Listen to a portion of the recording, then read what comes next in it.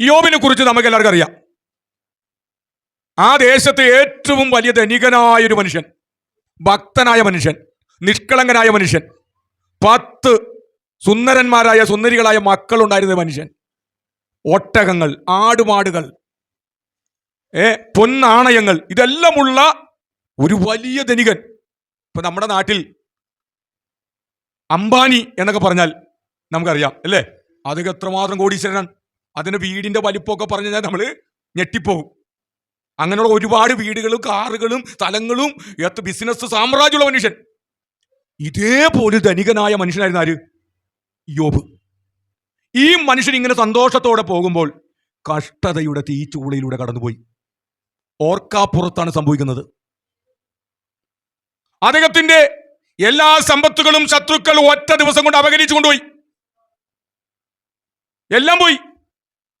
പ്രിയപ്പെട്ടവർ, ഞാൻ പറയട്ടെ, നമ്മുടെ എന്തെങ്കിലും ചെറിയ ഒരു നാരങ്ങ മിഠായി പോയി കഴിഞ്ഞാൽ നമുക്ക് വിഷമമാണ് അല്ലേ? ഒരു നാരങ്ങ മിഠായി പോയാൽ മതി, അത് നഷ്ടപ്പെട്ട് ചിലർ അത് പിന്നെ ഒരു 2 മാസം അതും പറഞ്ഞു നടക്കും. എന്റെ നാരങ്ങ മിഠായി പോയി. ഇതിനെല്ലാം നഷ്ടപ്പെട്ടു. ആ ദിവസം തന്നെ അദ്ദേഹത്തിന്റെ 10 മക്കളും മരിച്ചുപോയി. ഒന്ന് ഓർത്തേ, അതൊരു ചെറിയ കഷ്ടതയാണോ? ആണോ? നമുക്കോ നമ്മുടെ മക്കൾക്കോ ഒരു ചെറിയ പനി വന്നു കഴിഞ്ഞാൽ പിന്നെ ദൈവത്തിന് ഇല്ലാത്ത കുറ്റമില്ല. ദൈവമേ, അങ്ങേ ആരാധിച്ചിട്ട് പ്രാർത്ഥിച്ചിട്ട് ഇതാണ് എനിക്ക് തന്നത്, പിന്നെ കുറ്റം മുഴുവൻ ദൈവത്തിനാ. എല്ലാം നഷ്ടപ്പെട്ടു. ഒടുക്കം ഈ മനുഷ്യൻ മഹാരോഗിയായി. ചെറിയ പനിയൊന്നുമല്ല, ശരീരം മുഴുവനും ദുർവ്രണങ്ങളാൽ നിറഞ്ഞ് ആ മനുഷ്യൻ ചാരത്തി കിടക്കുകയാണ്.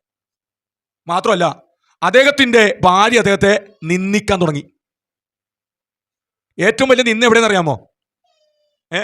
കുടുംബത്തിൽ നിന്ന്. ഒരു ഭാര്യ ഭർത്താവിനെ തന്നെ കൊണ്ട് കൊള്ളൂലടോ. ഭർത്താവ് പറയാണ്, നിന്നെ കിട്ടിയെന്ന് പോലെ തുടങ്ങുന്നതാണ് ദുരിതം. തീർന്നു. പ്രോത്സാഹനമില്ലെങ്കിൽ, അഭിനന്ദനങ്ങളില്ലെങ്കിൽ, നമ്മളെ നിന്ദിക്കുകയാണെങ്കിൽ നമ്മൾ തളർന്നു പോകും. ഈ ഭാര്യ കൂടെ നിൽക്കണ്ടേ? അവൾ എന്താ പറഞ്ഞത്? നീ ദൈവത്തെ ത്യജിച്ചു കളാ, പോയി ചാവാൻ. പ്രൊമോട്ട് ചെയ്യണേണ്, പോയി ആത്മഹത്യ ചെയ്യാൻ. യോ പറഞ്ഞു, നീ പൊട്ടി സംസാരിക്കുന്ന പോലെ സംസാരിക്കുന്നു. ദൈവത്തിൽ നിന്നും നന്മ മാത്രമല്ല തിന്മയും കൂടി നമ്മൾ അനുഭവിക്കണം. ഒരു വാക്കിൽ പോലും ദൈവത്തിനെതിരായി സംസാരിക്കുന്നില്ല. എല്ലാ കുറ്റവും സ്വയം ഏറ്റെടുക്കുന്ന ഒരു അനുഗ്രഹിക്കപ്പെട്ട ദൈവദാസൻ. അദ്ദേഹം ആ കഷ്ടതയുടെ തീച്ചൂളയിലൂടെ കടന്നുപോയി.